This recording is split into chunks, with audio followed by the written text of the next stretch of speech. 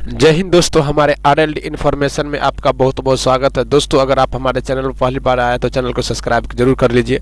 दोस्तों, ये जो वीडियो में आप लोग अगर आप टीचर बनना चाहते हैं, सीटेट की तैयारी करना चाहते हैं, बीटेट की तैयारी करना चाहते हैं, दोस्तों अगर आप जो है सो बीएड कर रहे हैं या डीएलएड कर रहे हैं तो आपके लिए ये बहुत ही महत्वपूर्ण पेपर होने जा रहा है। ये पेपर दोस्तों EVS का है, प्रीवियस पेपर है, ऑनलाइन एग्जाम जो हुआ था वो। तो दोस्तों एक आप अगर सीटेट या बीटेट की तैयारी कर रहे हैं तो आपको सबसे महत्वपूर्ण बात है जो आप जो है प्रीवियस पेपर जो बनाने का कारण यही है दोस्तों, जब प्रीवियस में पता चलता है जो कौन सा लैंग्वेज क्वेश्चन का है और किस प्रकार से क्वेश्चन का पैटर्न क्या है। दोस्तों अगर आप पैटर्न जान जाएगा तो आप जरूर सफल हो जाइएगा। दोस्तों तो प्रीवियस पेपर अगर आप नहीं अभी तक देखें तो प्रीवियस पेपर जरूर देख लीजिए, या हमारे चैनल के माध्यम से आप देख लीजिए।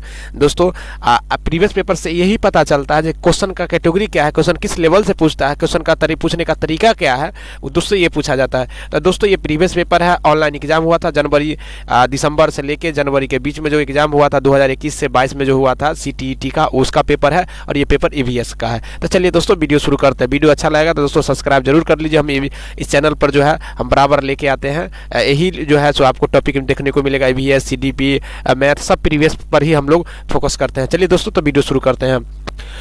दोस्तों पहला प्रश्न कह रहा है, गीता की कक्षा का एक विद्यार्थी इकबाल दृष्टिबाधित है। गीता देखती है कि वह पिछले कुछ दिनों से विद्यालय नहीं आ रहा है। मतलब गीता देखती है एक लड़का है जो दृष्टिबाधित है दोस्तों, वो नहीं और जो है वह गीता देखती है। उसके बाद कहता है यहाँ पर उसके अभिभावक से बात करने से पता चलता है कि बोर्ड को पढ़ने में कठिनाई होता है। मतलब लड़का को जो है बोर्ड को पढ़ने में क्या होता है, कठिनाई होता है। वह कक्षा की प्रक्रिया में भी भाग नहीं ले पा रहा है। गीता और इकबाल को विद्यालय आने के लिए अभिप्रेरित करने हेतु क्या करना चाहिए। दोस्तों पहला प्रश्न तो क्लियर हम कर देते हैं। एक दृष्टि बाधित बालक है इकबाल नाम का, जिसको बोर्ड दिखाई, वो जो उस विद्यार्थी के घर जाता है तो अभिभावक से उसको पता चलता है जो विद्यार्थी को जो है इकबाल को जो बोर्ड पढ़ने में परेशानी होता है। दोस्तों दूसरी बात दोस्तों यहाँ पे जो है तो गीता जो है अध्यापिका है, वो क्या कर सकते इसके लिए, अभिप्रेरित क्या कर सकते, क्या सुझाव दे सकते हैं। दोस्तों यहाँ पे देखिए अभिप्रेरित करने हेतु क्या करना चाहिए, क्या करना चाहिए। तो ऑप्शन में देखिए दोस्तों, ऑप्शन में से कोई एक होगा जरूर इसका प्रश्न का जवाब। देखिए उसे घर से पढ़ने की स्वीकृति देना चाहिए। दोस्तों अगर घर से पढ़ने की स्वीकृति अगर दे देगा तो उसको दृष्टिबाधित है, वो कैसे, वो तो उसको तो मिला हुआ है घर से जो वो जाएगा पढ़ने के लिए। दूसरी बात दोस्तों यहाँ पर दूसरा ऑप्शन कहता है कक्षा नाटक की योजना बनाकर इकबाल के लिए भूमिका निर्मित करना चाहिए। दोस्तों ये कुछ ऑप्शन जो हम लोग लगता है अच्छा है, लेकिन दोस्तों ऑप्शन नंबर 3 भी पढ़ लेते हैं। कहता है इकबाल को आगे की सीट पर बिठाना चाहिए। दोस्तों दिखाई नहीं देता है तो इकबाल को क्या आगे की सीट पर दिखाई देना चाहिए, तो ये तो बिल्कुल ही गलत है। दोस्तों यहाँ पे चौथा ऑप्शन में आते हैं उसके अभिभावक को डॉक्टर से सलाह लेने के लिए कहना चाहिए। जी बिल्कुल, उसके अभिभावक को डॉक्टर से सलाह लेने के लिए कहना तो चाहिए, लेकिन सबसे सुटेबल जो दोस्तों आंसर आपका होगा, ये आप लोग इसको मारिएगा 4 9 ऑप्शन, लेकिन ये भी गलत है दोस्तों। यानी कि सीटेट ये नहीं कहता, सीटेट सब ऑप्शन अच्छा है लेकिन इसमें टॉप क्वालिटी का दोस्तों ऑप्शन जो है आंसर होता है। तो दोस्तों यहाँ पर देखिए, यहाँ पर कह रहा कक्षा नाटक की योजना बनाकर इकबाल के लिए भूमिका निर्मित करनी चाहिए, ये सबसे बेस्ट क्वालिटी का ऑप्शन है दोस्तों। अगर आप चाहिएगा तो इसका सबसे बेस्ट क्वालिटी का ये ऑप्शन है। तो ये चलिए, तो ऑप्शन नंबर इसका हो जाएगा दोस्तों 2 नंबर ऑप्शन इसका हो जाएगा जवाब, 2 नंबर हो जाएगा यहाँ पर जवाब। तो चलिए दोस्तों अब हम क्वेश्चन शुरू करते हैं 3 नंबर। तो पहला का जवाब दोस्तों 2 नंबर हो जाएगा। चलिए हम 2 नंबर क्वेश्चन पर जाते हैं। 2 नंबर में क्वेश्चन में कह रहा है कक्षा पहली एवं दूसरी के लिए पर्यावरण अध्ययन की भूमिका पाठ्य पुस्तक नहीं है। देखिए दोस्तों यहाँ पे पाठ्य पुस्तक नहीं है, ऐसा इसलिए है क्योंकि ऑप्शन 1 में कह रहा है पर्यावरणीय घटकों की भाषा और गणित के साथ समाहित किया गया है। दोस्तों यहाँ पर उसके बाद ये ऑप्शन है दोस्तों, ऑप्शन नंबर 2 का था ऐसा शिक्षक को विद्यार्थियों का बोझ कम करने के लिए किया जाता है। बिल्कुल है, बोझ तो दोस्तों होता नहीं है आंसर, बोझ कम करने के लिए कैसे हो सकता है कब।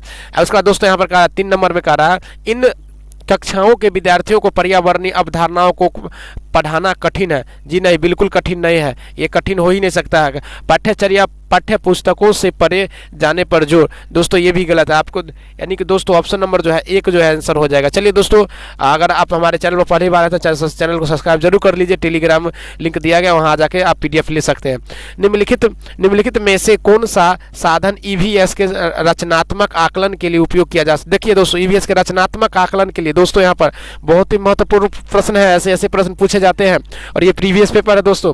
3 नंबर में कहा था दोस्तों दृष्टांत अभिलेख। दोस्तों ये देखिए, दृष्टांत अभिलेख, स्वयं आकलन, सहपाठी आकलन और अवलोकन। दोस्तों ये सबसे इंपॉर्टेंट यहाँ पे जो है रचनात्मक आकलन के लिए सबसे महत्वपूर्ण होता है दोस्तों।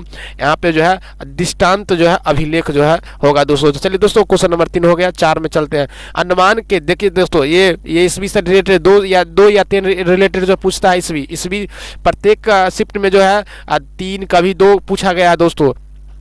अंडमान के द्वीपों में सुनामी किस वर्ष में आई थी दोस्तों? अंडमान में तो मतलब किस वर्ष आई थी? तो 2012, 2001, 2004 और 2002 में दोस्तों। तो दोस्तों ऑप्शन नंबर आपको जो है ये हो जाएगा 2004 में जो है सुनामी आई थी। 2004 में दोस्तों ध्यान में रखिएगा, बहुत इंपॉर्टेंट क्वेश्चन है, प्रीवियस पेपर है दोस्तों, पूछेगा जरूर, पूछता रहता है। प्रीवियस पूछने का तरीका थोड़ा चेंज रहता है दोस्तों। चलिए दोस्तों हम पहले यहाँ पे आते हैं और यहाँ पे देखते हैं पर्यावरण अध्ययन में प्रकरण के स्थान पर, क्वेश्चन नंबर 5 है, पर्यावरण अध्ययन प्रकरण के स्थान पर उप विषय थीम। देखिए दोस्तों थीम यहाँ पे ये एकदम घेर के रखिए इसको। गत उपागम को स्वीकार किया गया है क्योंकि यह संयुक्त और परस्पर संबंधित समझ को सक्षम बनाता है। बी में ऑप्शन है यहाँ पर बी कह रहा है यह शिक्षण और समझाने को आसान बनाता है। सी में कहता है यह किसी निश्चित कक्षा की विषय वस्तु को सीमित करता है और ऑप्शन डी में कहता है यह विद्यार्थियों को उनके अनुभवों को सीखने में सक्षम है। दोस्तों पहला बात तो एक बात और ध्यान में आप रखिए, अनुभव जो है सो एकदम आंसर बिल्कुल ही सही होता है। तो दोस्तों यहाँ ऑप्शन नीचे दिया गया है ABC, ACD और ये AD ओनली, BD ओनली। तो दोस्तों अगर आप जो है सो अगर आंसर की बात की जाए तो यहाँ पर देखिए पहला तो अनुभवों, विद्यार्थियों के अनुभव से जोड़ना है दोस्तों, विद्यार्थी सीखने के, तो ये आपका ऑप्शन सही है। दूसरी बात दोस्तों आपको ये जो है यह संयुक्त और परस्पर संबंधित समझ को सक्षम बनाता है। जी बिल्कुल, ये पर्यावरण को यानी सक्षम बनाता, तो ये तो यानी कि A और D यानी ऑप्शन नंबर दोस्तों आपका 3 हो जाएगा दोस्तों, ऑप्शन नंबर आपका 3 हो जाएगा। चलिए दोस्तों आगे बढ़ते हैं, क्वेश्चन नंबर 6 की तरफ चलते हैं। दोस्तों अगर कोई मन में प्रश्न है तो कमेंट बॉक्स में जरूर दे सकते हैं और वीडियो को दोस्तों पूरा वॉच कीजिए। दोस्तों ये कहता है यहाँ पे किसी व्यक्ति ने गांधीधाम से नाइकोल के लिए 12-10, ये ऐसे प्रश्न पूछते हैं दोस्तों, आप लिख लीजिए, ऐसे प्रश्न पूछते हैं, 100% की गारंटी। ये वीडियो अपलोड होगा तो आप जरूर पता कर लीजिएगा दोस्तों, ऐसे प्रश्न पूछा जाता है। 12-10-2021 को ट्रेन के डिब्बे में प्रवेश किया। ट्रेन गांधीधाम से 22:30 में जो है चली और 2 दिन के पश्चात अर्थात 14-10-2021 को 22:30 बजे नाइक्रोम पहुंची। यदि गांधीधाम और नाइक्रोम के रेलवे स्टेशन के बीच की दूरी 25-92 किलोमीटर है तो इस ट्रेन की औसत चाल ज्ञात कीजिए। दोस्तों सबसे पहले समय निकाल के इसे भाग दे देना है, तो क्या कीजिए, समय निकाल के भाग दे दीजिएगा तो समय के साथ जो है दोस्तों आ जाएगा आपको। तो सबसे पहले बड़ी बात है दोस्तों, इसका ऑप्शन जो है इसका ऑप्शन जो है सो एक आंसर हो जाएगा। चलिए 15 मीटर पर सेकेंड जो है दोस्तों हो जाएगा। दोस्तों अगर आप चाहते हैं प्रीवियस मैथ पढ़ना तो हमारे चैनल को जरूर सब्सक्राइब कर लीजिए, हम वहाँ पर प्रीवियस मैथ जो है आपको बना के क्लियर करके बताएंगे दोस्तों। अगले वीडियो में हम जरूर देंगे, डिस्क्रिप्शन में लिंक दे देंगे, आप वहाँ से देख सकते हैं।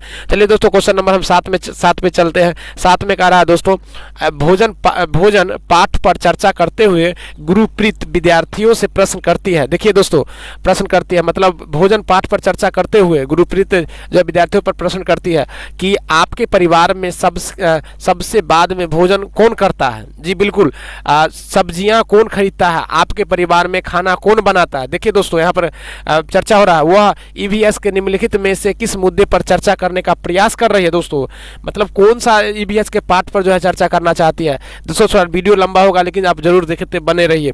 परिवार की खान पान की आदतें, परिवार के एक साथ मिलकर खाना चाहिए। ऑप्शन सी परिवार के सदस्यों की भोजन पकाने में भूमिका और ऑप्शन डी में है परिवार में जेंडर भूमिका की चुनौती। तो दोस्तों ये ऑप्शन जो है केवल BC, केवल यहाँ पर देखिए जैसा कि हमें AD दोस्तों यहाँ पे आपको आंसर हो जाएगा दोस्तों C और D हो जाएगा, चूंकि C और D परिवार के सदस्यों की भोजन को पकाने का भूमिका का पता लगा रहा है। और दोस्तों दूसरी बात दूसरी बात, परिवार के जेंडर की भूमिका को चुनौती दे रहा है। तो चलिए दोस्तों, यहाँ जो है दो प्रश्न, यहाँ पे जो है ऑप्शन नंबर हो जाएगा दो। ध्यान से देखिए दोस्तों, 7 का 2 हो जाएगा। और चलिए दोस्तों, आगे प्रश्न 8 नंबर प्रश्न पे हम चलते हैं। दोस्तों इस सेशन में हम 10 प्रश्न ही करने वाले हैं। 3 पक्षियों का वह समूह जिसका प्रत्येक सदस्य वस्तुओं को हमारी तुलना में 4 गुना दूरी स्पष्ट देख सकता है। दोस्तों 4 गुना पक्षी हमारी तुलना में 4 गुना ज़्यादा देख सकता है। जो वस्तु हमें 2 मीटर की दूरी से दिखाई देता है वह ये पक्षी 8 मीटर की दूरी से देख सकता है। बिल्कुल सही। ऐसा कौन सा पक्षी है दोस्तों? बहुत ही महत्वपूर्ण है। ये क्वेश्चन पूछा जाता है सीटेट में कई बार, आप प्रीवियस जाके देख लीजिए दोस्तों, पूछा जाता है प्रीवियस पेपर में।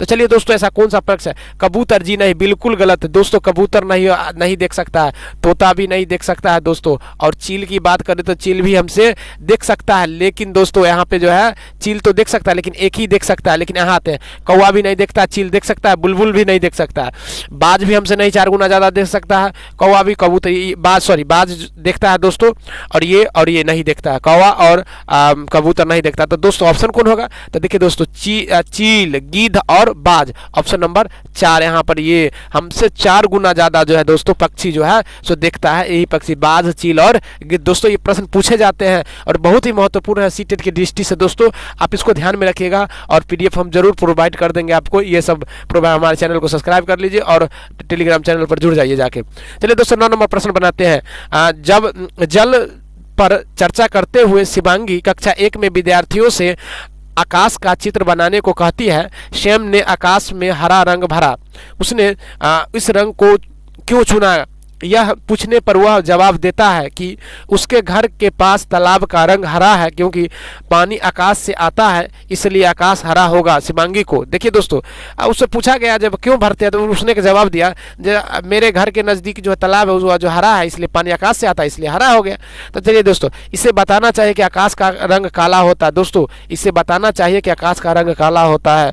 उसके बाद दोस्तों ऑप्शन 2 में कहता है ये तो इसको बताना नहीं चाहिए, गलत है। इसकी सृजनात्मक की सराहना करनी चाहिए। जी नहीं, इसकी सृजनात्मक को सराहना नहीं करना चाहिए। दोस्तों ऑप्शन इसे बताना चाहिए कि आकाश नीला होता है। जी नहीं, इसको नहीं बताएंगे, अभी नहीं समझ पाएगी कक्षा 1 की विद्यार्थी, इसलिए नहीं समझ पाएगी सब बात। विद्यार्थियों को आकाश का अवलोकन की व्यवस्था करनी चाहिए। हाँ, विद्यार्थियों को आकाश की अवलोकन की क्या करना चाहिए? व्यवस्था करना चाहिए। तो ऑप्शन नंबर 4 है दोस्तों। चलिए दोस्तों, क्वेश्चन नंबर लास्ट चलते हैं, फिर हम अगले सेशन में 10 प्रश्न करेंगे। दोस्तों पर रमेश कक्षा में जंतुओं को पढ़ाने के लिए नाटक का उपयोग करना चाहता है, उसे क्या करना चाहिए? दोस्तों उसको क्या करना चाहिए? तो पहली बात, रमेश कक्षा 5 में जंतुओं को पढ़ाने के लिए नाटक का उपयोग करना चाहता है। दोस्तों नाटक का उपयोग करना चाहिए, उसे क्या करना चाहिए? दोस्तों ऑप्शन दिया गया है जैसा कि आप देख पा रहे हैं स्क्रीन पे, विद्यार्थियों से नाटक लिखने और अभिनय करने को कहे। दोस्तों विद्यार्थी को, ये ऑप्शन तो हमको लग रहा है ठीक है, लेकिन सब ऑप्शन पढ़ लेते हैं, क्लियर कर देते हैं दोस्तों।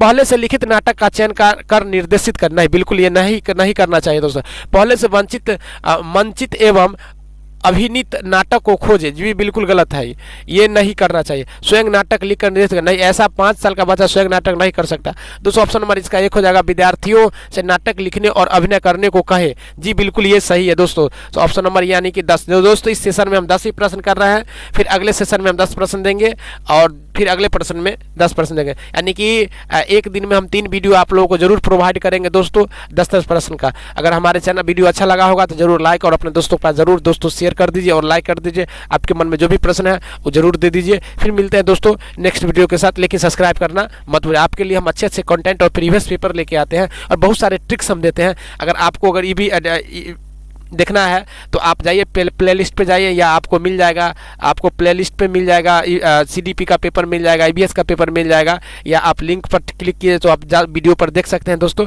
तो चलिए नेक्स्ट वीडियो में फिर मिलते हैं, तब तक के लिए जय हिंद।